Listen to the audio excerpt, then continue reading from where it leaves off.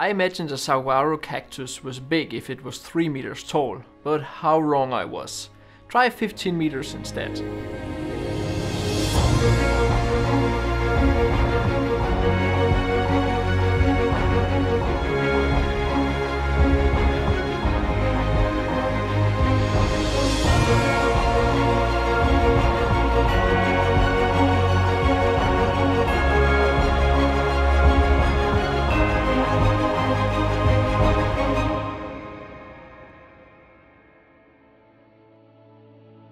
With only a few days left on our US trip, we decided to improvise a trip to Saguaro National Park in Arizona. And that turned out to be a fantastic idea. Saguaro National Park is separated into a western and eastern section, divided by the city of Tucson.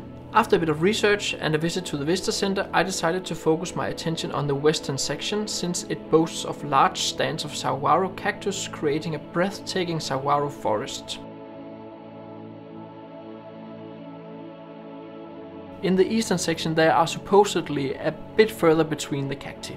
I recommend you go for a drive through the park on the Hohokam Road and Golden Gate Road to get a nice overview of the park. After that there's plenty of hiking trails to explore. And remember, lots and lots and lots of water. And you should probably only visit this place during winter unless you want to photograph the saguaro flower, which blooms from April to June. We were there in mid-December and it felt like a warm summer day in Central Europe, and that says a lot about how warm it is during summer in Arizona's desert. It's a cooking oven. It's very hot. Since we were only there one day, we got up before sunrise to catch that among the cacti, and during the day we went for a walk on some of the shorter trails, scouting out potential sunset locations. First we went to Signal Hill, and already at that location we found some very beautiful saguaro cacti. Growing up with cartoons such as Roadrunner and westerns with Mexican banditos and so forth, I had seen saguaro cacti on screen, but I never imagined they could actually be that big. A saguaro can reach 21 meters in height, and they often exceed 150 years in their relative long lifespan. It's not before the age of 75 to 100 before they start growing arms. For the first many years, a saguaro cacti is no bigger than a few inches, making them hard to see. By state law of Arizona, it is a class 4 felony to harm a saguaro. Needless to say, respect the area and follow the paths.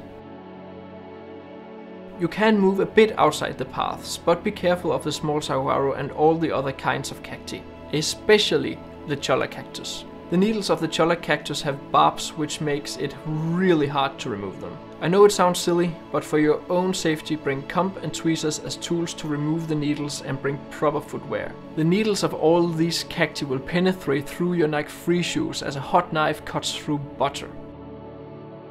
Photographing the tall and slim cacti was rather hard. You need a human element in the picture to show the size, but if you shoot too wide, you'll experience the same problem in regard to size as you do in the redwoods.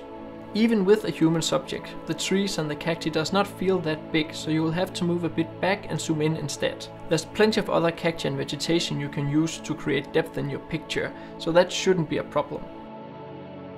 During the midday sun, where we explored potential sunset locations, I played around with my polarizer to create some high contrast images with the cacti, which turned out pretty good.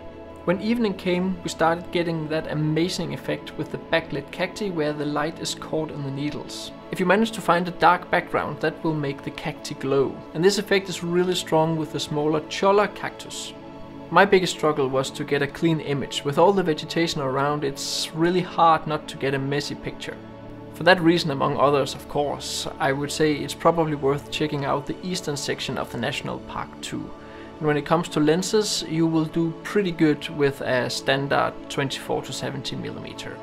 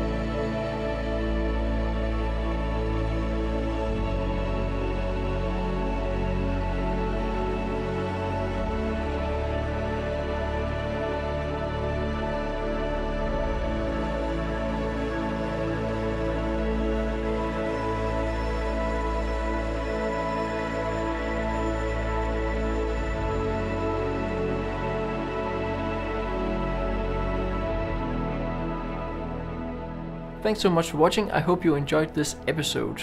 You are more than welcome to share this video wherever it makes sense, and I would appreciate a like and a comment. I also have a link down below to my shop where you can buy all my prints if you want to do that too.